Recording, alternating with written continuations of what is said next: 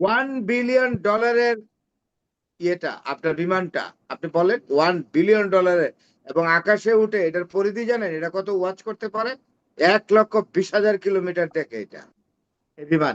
এবং 1,20,000 কিলোমিটারের মধ্যে যদি কোন রকম সূচাগ্র কোনো কিছু থাকে সেটাও ডিটেক্ট করতে পারে। And this sophisticated and hypersonic guide aircraft carrier had been destroyed by the reckless firing of the missile of Iran.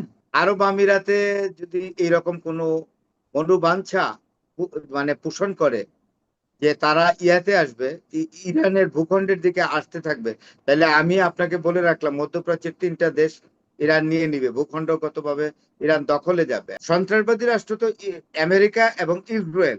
ইরানকে কি হয় সন্ত্রাসবাদী করে? ইরান কি কোনোদিন গুনস এবং টেররিস্ট গ্রুপ পেলেছে বা লালন পালন করেছে? আজকে যে ইসরায়েল রাষ্ট্রটা, ইসরায়েল রাষ্ট্রের 2জন প্রাক্তন প্রধানমন্ত্রী সন্ত্রাসী দলের নেতা ছিল। একজন হল মেনাচেম বেগিন, একজন হল আইজাক শামির। একজন লেহি গ্রুপ আর একটা কি গ্রুপের যেন হেড ছিল। এদের কামই ছিল অ্যাম্বুশ পেতে পেতে, এদের কাজই ছিল অ্যাম্বুশ করে প্যালেস্টাইনিদের হত্যা করা, নেতাদের এবং অনেক নেতাকে হত্যা করেছে, এটা কেনা জানে। তাহলে ডোনাল্ড ট্রাম্প যে তার বক্তৃতায় বলল ইরান একটা সন্ত্রাসবাদী রাষ্ট্র, আমি বলবো ডোনাল্ড ট্রাম্পকে প্রমাণ দিতে যে you have to prove it that Iran is a terrorist country. Now, Iran কি কোনোদিন তার পার্শ্ববর্তী বর্ডারের উপর হামলা করে পুরো দেশের ভূমি দখল করেছে? ইরানের সাথে পাকিস্তানের বর্ডার আছে, দখল করেছে। আফগানিস্তানের বর্ডার আছে ইরানের সাথে, এক চিলতে ভূমি দখল করেছে। ইরানের সাথে বর্ডার আছে মধ্যপ্রাচ্যের দেশ কয়েকটা টানা, তাদের সাথে কি কোনো এক খণ্ড ভূমি ইরান দখল করেছে? Never ever. ইরান এই জাতিই না।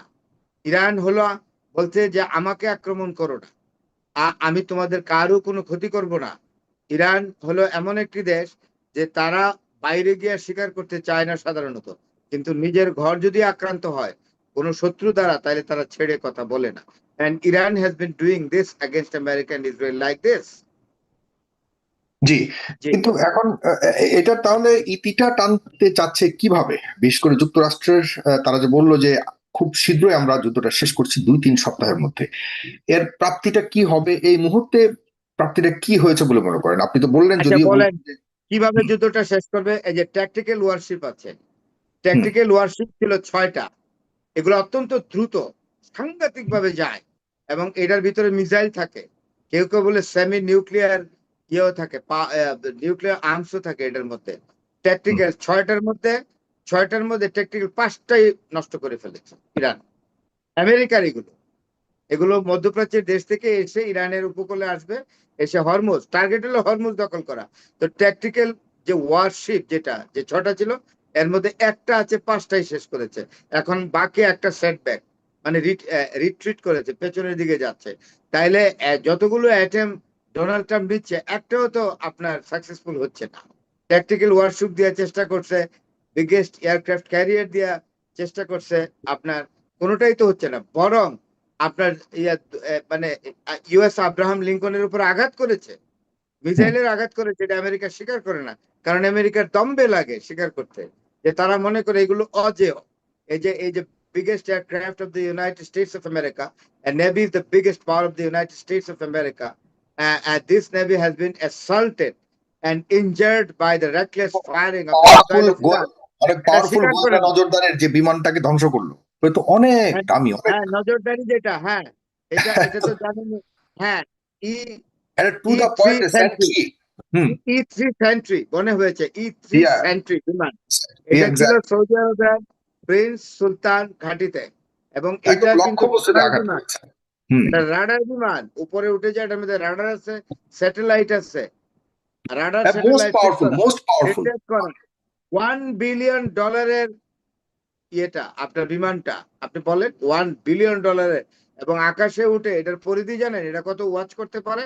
1,20,000 কিলোমিটার থেকে এটা এই বিমান।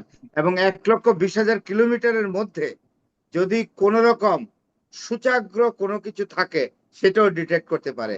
And this sophisticated and hypersonic guide aircraft carrier had been destroyed by the reckless firing of the missile of Iran. And America could not protect this sophisticated aircraft.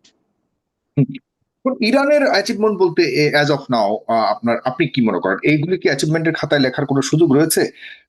এবং এখন Hormuz প্রণালীকে কতটুকু ধরে রাখতে পারবে, আবার অন্যান্য বিষয় যেগুলি রয়েছে আশপাশে সেগুলিকে আবার নিজেদের দখলে নেওয়ার জন্য যে আবার আরব আমিরাত গতকালকে ডিক্লেয়ার করেছে যে তারা ইরানের বিরুদ্ধে আনুষ্ঠানিকভাবে যুদ্ধ করবে, এটাকেও কতটুকু আবুধাবি বা আরব ধন্যবাদ, আমিরাত? খুবই একটা ইম্পর্টেন্ট কোশ্চেন করেছেন। আরব আমিরাতের প্রশ্নটা দিয়ে আগে যাই, পরে হরমুজে যাচ্ছি।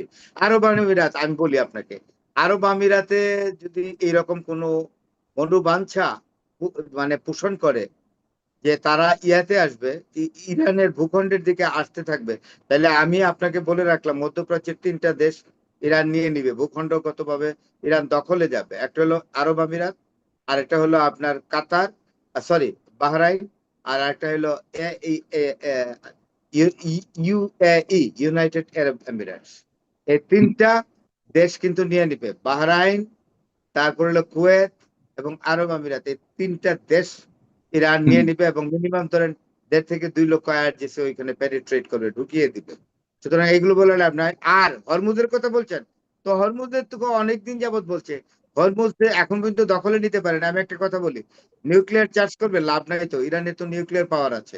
তা না হলে ইরান এনপিটি থেকে বেরিয়ে গেল কেন? তাদের পার্লামেন্টে রেজলিউশন করে বিল এনে, এটা তো বুঝতেই পারছেন। Iran is about two declare their nuclear power, that they have got the nuclear bomb, that is atom bomb.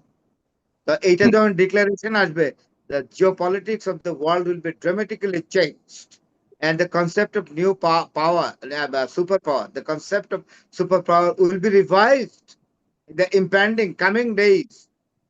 অনেক কিছু এগুলোর উপরে তখন আমরা গবেষণা করব, তো যে ইরানের যে মিসাইলে যে ইরান টিকে গেল সারা ওয়ার্ল্ডে একটা এখন তো আপনার বিমানে এয়ার স্ট্রাইকিং অর্থাৎ এয়ারফোর্স অবসোলেট প্রায়, এবং নেভি যে কোনো কাজে আসে না এটা বুঝাই গেছে, যার জন্য বিগেস্ট এয়ারক্রাফট ক্যারিয়ার চলে গেল রিট্রিট করে। এবং ইরানের উপরে যে বম্বিং করতেছে তাও কোনো ইফেক্টিভ না। এখন যেটা ইফেক্টিভ এটা হলো মিসাইল। এখন 21st সেঞ্চুরির যুদ্ধ হলো মিসাইল যুদ্ধ, মিসাইল ওয়ার। এই মিসাইলে এখন একটা সুপ্রিমেসির জায়গায় গিয়ে ইরান পৌঁছে।